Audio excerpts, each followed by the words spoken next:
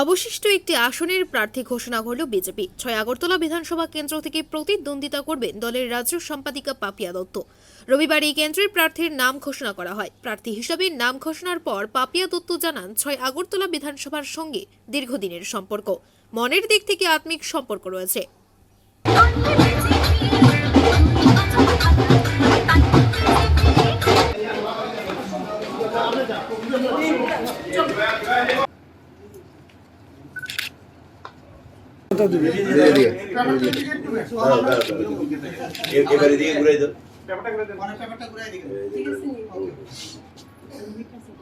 দেখুন, আমার যে 6 আগরতলার যারা গণদেবতা ভোটার আছে তাদের কাছে আমার একটাই প্রার্থনা থাকবে, 25+5 বলতে পারে যে দ্বিচারিতা।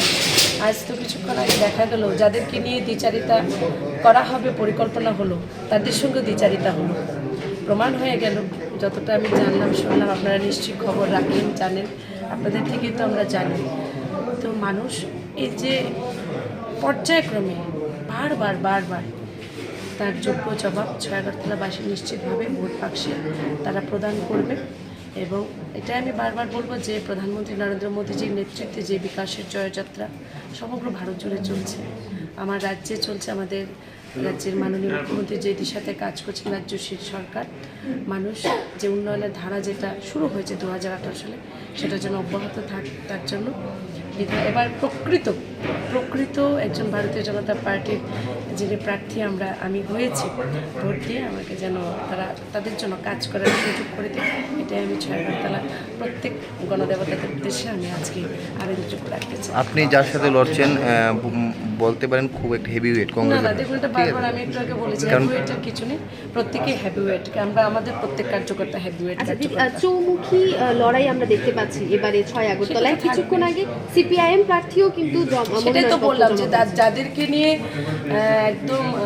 যাদেরকে নিয়ে মানে ভারতীয় জনতা পার্টির সঙ্গে ভেবেছিল যে ভোটটাকে আসলে তারা প্রহসনে পরিণত করেছে। আমি বারবার বলেছি, দেখো, রাজনীতিটাকে একটু মানে নিচের স্তরে নিয়ে যাওয়ার একটা প্রচেষ্টা চলছে বলবো, একটা প্রহসনে পরিণত করা হয়েছে, দেউলিয়াপনা মনে হচ্ছে যেন। এই যে গণতন্ত্রের যে এত বড় একটি ব্যবস্থাকে, নির্বাচনকে, তো ব্যবস্থাটা মানুষ যোগ্য জবাব তাদেরকে দেবে।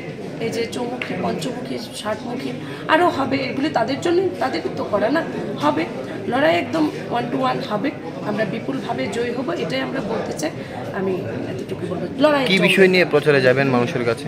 আমরা 5 বছরের সরকারের যে কাজ, নরেন্দ্র মোদীজির নেতৃত্বে 2014 থেকে যে কাজ, সে বিকাশই আমাদের মূল লক্ষ্য, সে বিকাশটাকে সামনে রেখে মানুষের কাছে আমাদের যাওয়া।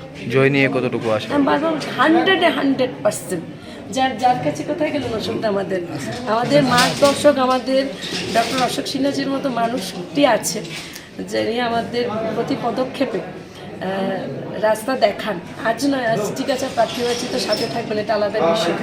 আমার মণ্ডল সভাপতি আছেন, এত বড় কার্যকর্তাদের সমস্ত মধ্যে দেখুন, এখানে কর্পোরেটররা আছেন, এত পৃষ্ঠা প্রমুখ আছেন 750-এর উপর, আমাদের 56 জন বুথ সভাপতি আছেন, 13 জন শক্তিকেন্দ্রের প্রমুখ আছেন, 8 জন কর্পোরেটর আছেন। সে দলকে কে হারাতে পারে? প্রশ্নই আসে না।